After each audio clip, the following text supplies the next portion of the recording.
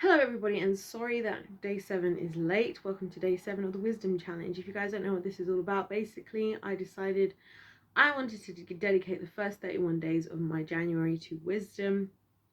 And so we've been going through, chapters in the Bible, this informal Bible study. So if you're not into Bible study type things, this might be the one for you, because it's very different, because I'm different. The way I think is different to a lot of people, and so that's what we're doing.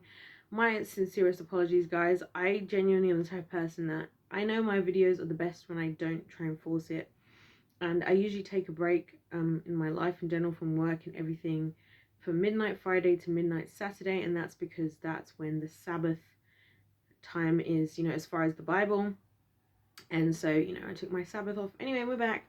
We're here. If you guys enjoyed the video, don't forget to hit subscribe if you're feeling the vibe and you want to join the tribe. I haven't read this scripture yet as far as like this challenge, so this is going to be interesting. I have read through the Bible though. But anyway, let's get stuck into it. Also, I've got a little bit of an announcement about something I'm going to be partaking in for a lot of January that you guys could be involved in if you want to. So stay tuned for that. Let's get straight into it. So we're in Proverbs 7, and it says, "Stick close to my instruction, my son, and follow all my advice." This is the Passion Translation, and let's not forget, once again, Holy Spirit, please be with us. I always pray that anyway in my videos before I record, but it's important for me to do this to you guys so that you guys can get used to that experience. I always invite the Holy Spirit into everything. Verse 2, If you do what I say, you will live well. Guard your life with the revelation truth, for my teaching is as precious as your eyesight. Treasure my instructions and treasure them within your heart. Say to wisdom, I love you, and to understanding, you're my sweetheart. May the two of you protect me, and may we never be apart. For they will keep you from the adulteress, with her smooth words meant to seduce your heart. Looking out the window of my house one day, I noticed among the mindless crowd a simple, naive young man who was about to go astray. There he was, walking down the street. Then he turned the corner, going on in his way, hurrying to the house of the harlot, the woman he had planned to meet. There he was in the twilight as darkness fell, convinced no one was watching, and he entered the black shadows of hell. That's where their rendezvous began. A woman of the night appeared, dressed to kill the strength of any man. Like, guys, before I continue on that part, right, we talked about this in a previous video, so I won't go on and on about this for this one. But I've said this to you gentlemen out there, that if Satan wants to destroy your life, he'll very much send a woman. And that's why I believe God gives us lots of wisdom about relationships and men and women, both as men and women, because he knows our weak spots. And unfortunately, whether gentlemen want to acknowledge it or not, women are a weak spot of men, and it's very easy for the king of darkness to bring down a man, because he doesn't need to send an army, he doesn't need to send some kind of whatever, he just needs to send a woman who's like seemingly what you want, what you desire, right? We're seeing the same type of desire this man has, whoever's being spoken about here, with this woman, as Samson had for Delilah. Samson was in love with Delilah, but Delilah was a woman of his ops. He told her over and over again 3 times, guys, check out day 5, and she still tried to destroy him. I won't get into that in this video because you guys should watch that video. So let's continue. She was decked out as a harlot, pursuing her amorous plan. Her voice was seductive, rebellious, and boisterous, and she wandered far from what's right. Her type can be found soliciting on street corners on just about any night. So basically, it sounds like God's talking about a prostitute, which I believe he is, but I also believe it's a lot of the women who men have easy access to today, right? A lot of these insta baddies and whatever, they're making themselves have easy access to men. They have an ulterior motive, and it's just never worth getting involved in them. I'm not going to explain exactly why that is. You guys should watch day 5, Proverbs 5, why it's not worth it. Verse 13, she wrapped her arms around the senseless young man and held him tight. She enticed him with kisses that seemed so right. Then, with insolence, she whispered in his ear, "Come with me. It'll be all right. I've got everything we need for a feast. I'll cook for you a wonderful dinner. So here I am. I'm all yours." Guys, men out there listening to this video, I'm a woman. Listen, I'll tell you this point blank period. I'll keep it real with you. It's very easy for us as ladies to get what we want out of a man, because men, unfortunately, well, not unfortunately, I think whatever you want to look at it, are significantly more slaves to, their flesh as far as being slaves to sex than women are. And it's easy for us to find out the things that men want and just give it to them. Like, we don't have to be engaged. That's why even in relationships, it's something ridiculous, like 65% of women in relationships fake orgasms. Why is that? Because we as ladies, whether it's making us happy or not, have acknowledged that when you give a man what he wants, when you become the woman he thinks he wants, you get a lot of things out of him. So let's say how this all works out, right? Verse 15, you're the very one I've looked for, the one I knew I wanted from the moment I saw you. That's why I've come out here tonight, so I can meet a man just like you. And this is what a woman is saying to try and make a guy. Because the problem again with men, I'm sorry to say it, I'm not, because it's going to help you guys, is the male ego. The male ego, like, as a woman, if you stroke a man's ego, if you give him what he wants sexually, it's very easy to control what he wants. I'm not going to lie, guys. I'll just say that to you. Like, it's that simple.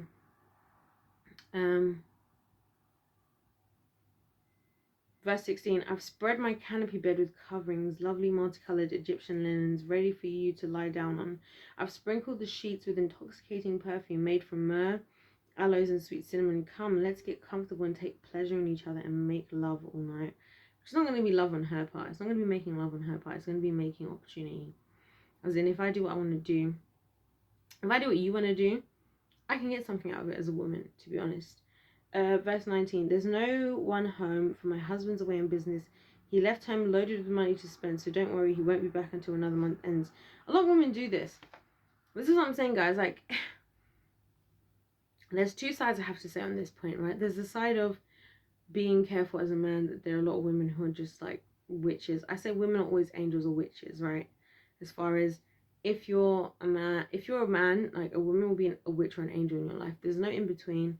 If she has ulterior motives, she will utilize them, and she will utilize her body. And this is why I said that Satan loves to use that against men. Satan won't send an army. He won't send whatever. He won't send your boss at work. He won't send the things that you probably protect yourself from. He'll send you on a random night out with your friends, the most casual moment, a woman, to destroy your life, you know.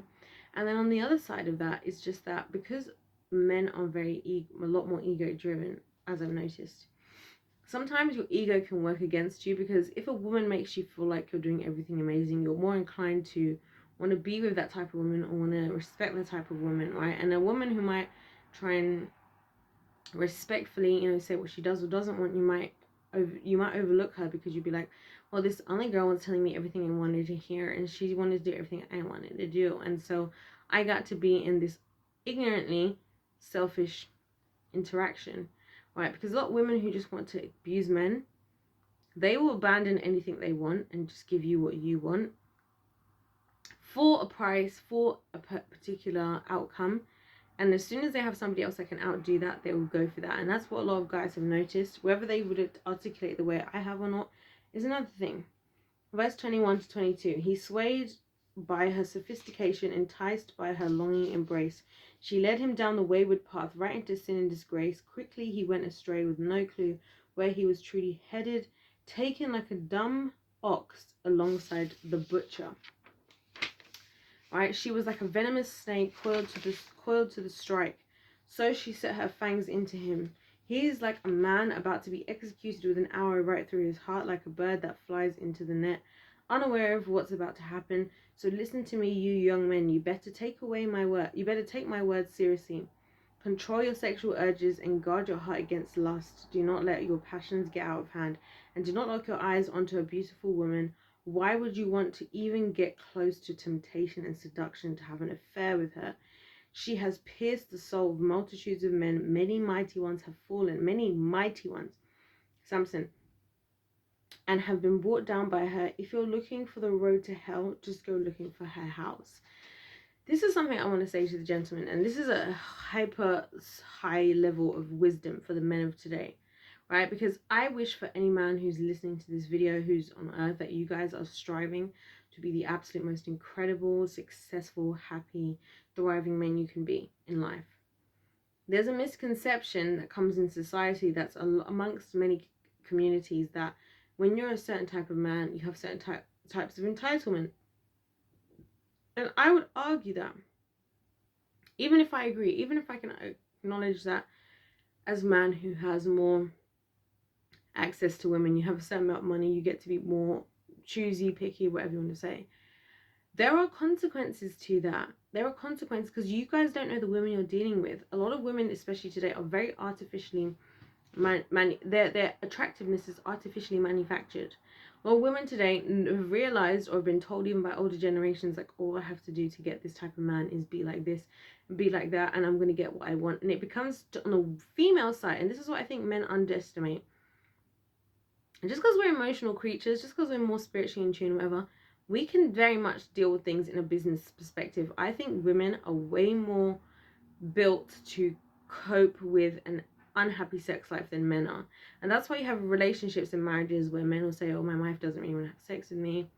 I have a whole bunch of things as to why that happens, right? Some of it is because men have been, just deluded because of watching adult content online, right? And they think that that's how all the women are going to act. Like, those women aren't acting like everybody, just like men do have their bodies and their kinks and their desires differ. It's the same for women. But the other part of it is that us as ladies, it's way easier for us. Like, guys will more quickly walk out of a situation where they don't get what they want. Like, oh, you don't want to have sex? Well, I'm done. Ladies aren't like that at all. And that's why I try to give you guys the distinction between men and women, because we're so fundamentally different. And us as ladies, a lot of ladies today have realized that if I'm willing to give up me actually enjoying sex for the sake of 10,000 other things, I'm going to do it because I get that out of it. And that's what I feel like God is trying to warn us and giving wisdom that, knowledge will tell you as a man, because I'm this, because I have this amount of money, because I'm tall, because I'm handsome, whatever. I have all the access to women. Knowledge will tell, what wisdom will tell you. Wisdom will tell you that all those women you have access to, especially the ones who would actually be attracted to that type of situation, probably not the type of woman you actually want to be with. And that's not me trying to upset you guys, not me trying to say that you guys aren't entitled to whatever. I'm just saying, like, we got to look at this from both sides. And it's interesting that in this scenario, we've got Solomon as a man giving advice to his son. Solomon, who is the wealthiest and the wisest in the world, who had 700 wives and 300 concubines. He had 1,000 women. And this is what he's telling his son. He's telling his son, even from, I think it was yesterday, that, enjoy the wife of your youth, the one woman that you're with.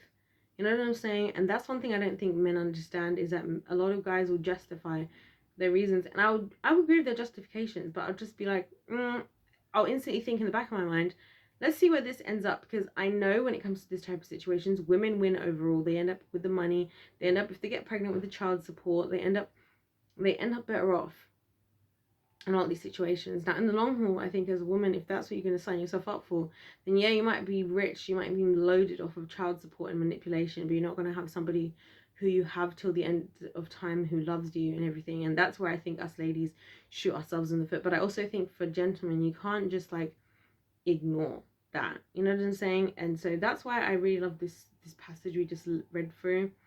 I love how the Bible is showing that, yes, men, you can get away with a lot of things. You might be tall, you might be handsome, you might be wealthy, and you might be able to get any woman you want. Most women are very capable, guys. I'll tell you this as a woman, it would be very easy for me right now to pick a guy who I think makes good enough money. This, one of the reasons I don't do this is because I have the Lord, and because I don't want this for myself, because I actually want to be happy and enjoy my own sex life, right? But if I wanted to, it wouldn't be difficult for me to just pick a guy who's interested in me and just give him what he wants and just absolutely manipulate and obliterate him, his life, and his future. And then instantly, if there was ever any problem, the smartest thing for me as a woman to do would be to get pregnant. And that's why a lot of guys don't want to get married, because of the legal obligations. And this is what I'm trying to say, that I want to see true unity in men and women. Let's be respectful on both ends. Let's aim to have somebody who respects you, whether you're a man or a woman. If you're a man, yeah, you could have every woman in the world, but what woman do you want to be the mother of your children? What woman do you want to be your wife to eternity? Because let me tell you guys something. What is it called? Temporary pleasures, they wear off. They do, right? I was telling you guys the other day about how Nick Cannon, who was always justifying having like 10 different baby mums, however many baby mamas he has now, right? One of the girls he had sex with outside of his baby mama, she's got HIV. He's probably got HIV. She's dying. She was an Instagram baddie. She's looking terrible now. She's like basically bones and skin. And so I say to Nick Cannon that I would say to him, you are upset that you're saying that monogamy is something that the white Christians are trying to force on you, but where has your polygamy got you? And I'm not against polygamy, but I'm a results-oriented person, right? For a lot of guys who have dealt with these other women who are not, whatever, go ahead and do them. If you think you're high value, if you think you have the money, like, go ahead, genuinely. But I've noticed that for most men, it only backfires on you because most men underestimate the power of women. They underestimate how we are. We're very calculating. Like, women are the type of people, like, a woman will see a girl text your phone while you're asleep and be like, hey baby, yesterday was amazing. She's not like a man where we're gonna freak out immediately and start trying to, like, beat you up. We'll hold that in and we'll find a way to weaponize it, because, like, oh, is that who you are? And then by the time that we do that as women, it's too late for you as a man and your life is destroyed. And that's why I say to you guys, it's not worth it. I get why you want to do things, but it's just not worth it. Anyways, guys, I'm going to leave this here because we're going to go on to day 8, Proverbs 8. What I will tell you guys in this video, which I'm going to mention in my next video, is that I'm going to be doing a 21-day fast as of January 11th. And I'm going to be doing 21 days just liquids. So I'll be doing just, like, green tea and, like, bone broth and, like, water type of thing. Like, just pure liquids, not like smoothies and stuff, but, like, or soups, but just purely just, you know, like, actual drinks for 21 days. I did a 21-day fast in January 2021, and it literally changed my life in so many different ways. I felt so much more in tune with the spirit portion of me, and it was hard, but it was worth it. I didn't quite see out all the 21 days purely because I had things I thought I was going to have to do, so I finished a couple days early.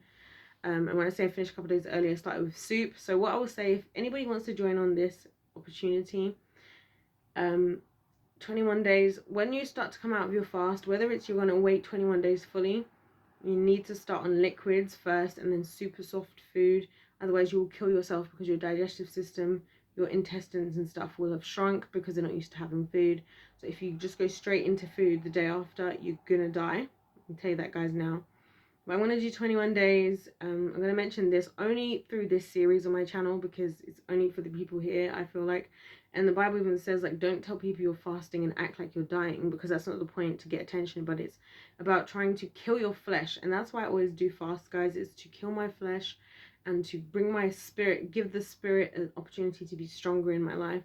And I wanted to do it from January 1st like I did before, but I was like, Lord, I need some time to get myself together. But I feel comfortable. I've been psyching myself up. I don't suggest you guys all do just liquids like me. Maybe for you, for the 21 days, if you guys want to join, just do 7 a.m. to 7 p.m. every day, right? Just do 7 a.m. to 7 p.m. and, like, you don't eat in those periods of time, or maybe just have liquids, and, you know, let the Lord do what he wants to do. So you guys let me know how you guys feel about that. I'm going to give more details in day 8 about that, but yeah, day 11, that's the day I'll be starting. So look forward to hearing that from you guys. Hope you guys have enjoyed this video. If you're feeling the vibe and you want to join the tribe, hit that subscribe. Don't forget to let me know your thoughts in the comment section down below, and like the video. If life's a game, let's play to win. See you guys in day 8. God bless you all. I'll see you in my next one. Goodbye.